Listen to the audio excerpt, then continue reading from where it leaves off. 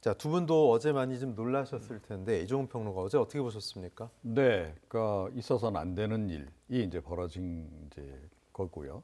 그런데 동시에 사실은 어느 정도는 예견된 일이었다라고 저는 또 어떤 생각을 의미에서요? 합니다. 그러니까 최근 들어서 이제 내년 총선을 앞두고 여야 간의 이 극한 대립이 뭐 좀 심해도 심할 정도였다는 거죠. 그래서 네. 양당 모두 지금 어떻게 보면 분노의 정치에 이제 의지를 해서 뭐 쏟아내는 그 표현들을 보더라도 좀 너무 좀 심할 정도의 표현들이 많이 등장하잖아요. 그리고 뭐 상당히 뭐 국회의원이라 그러면 품위도 좀 지키고 이래야 되는데 모든 국회의원들이 그런 건 아니지만 좀 보면 좀 그 상당히 인격 모독성 발언들도 막 마구 해대고 그런 상태에서 뭐 여야 뭐 이 협치라고 하는 거 완전 실종된 지가 또 너무 오래됐고 자 그러니까 분노가 계속 쌓이기만 하는 거죠.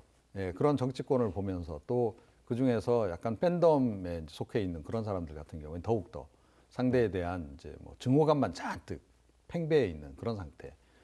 여기서 누군가가 뭔가 계기만 주면 그냥 폭발할 그런 지경에 있는 그 상황이었다라고 저는 생각을 하고요.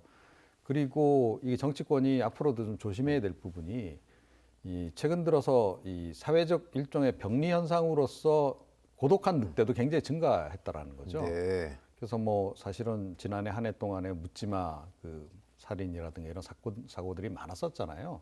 그러니까 사회적으로도 이미 그런 분위기가 좀 있는 거예요. 그런데 그 위에다가 정치인들까지 나서가지고 막 이렇게 하게 되면 더욱더 이런 일이 빈발해질 가능성이 높다. 그래서 이번에 그 굉장히 중요한 그런 계기일 수도 있다 이렇게 좀 생각을 하고 있습니다. 네. 추 교수께서 어떻게 보셨습니까? 상당히 이제 위험한 그런 정치의 어떤 폐단 양상이 아닌가 싶었어요. 어제 그 장면은요. 네, 이게 사실은 누구라도 피해자가 될 수 있는 거 예. 아니겠어요? 이렇게 무차별적으로 살해 의도를 갖고서 했다는 거 아닙니까? 지금 이 사람이. 그렇죠. 그렇다고 하면 이 정치적인 이해관계 때문에 또는 본인이 뭐 싫어한다는 이유 하나만으로 저렇게 무자비하게 사람의 생명을 앗아가려는 그런 시도를 한다. 있을 수 없는 일이죠.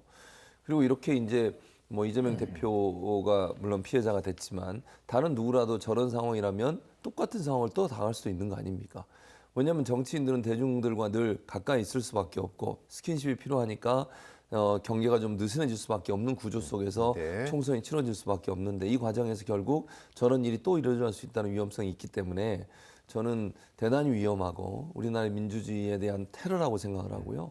이게 자유롭게 누구나 자기의 생각에 다른 사람에 대해서 의견을 개진할 수는 있지만 그 방식 자체가 저렇게 비민주적이고 폭력적인 형태로 일어난다는 것은 대단히 위험한 현상이다.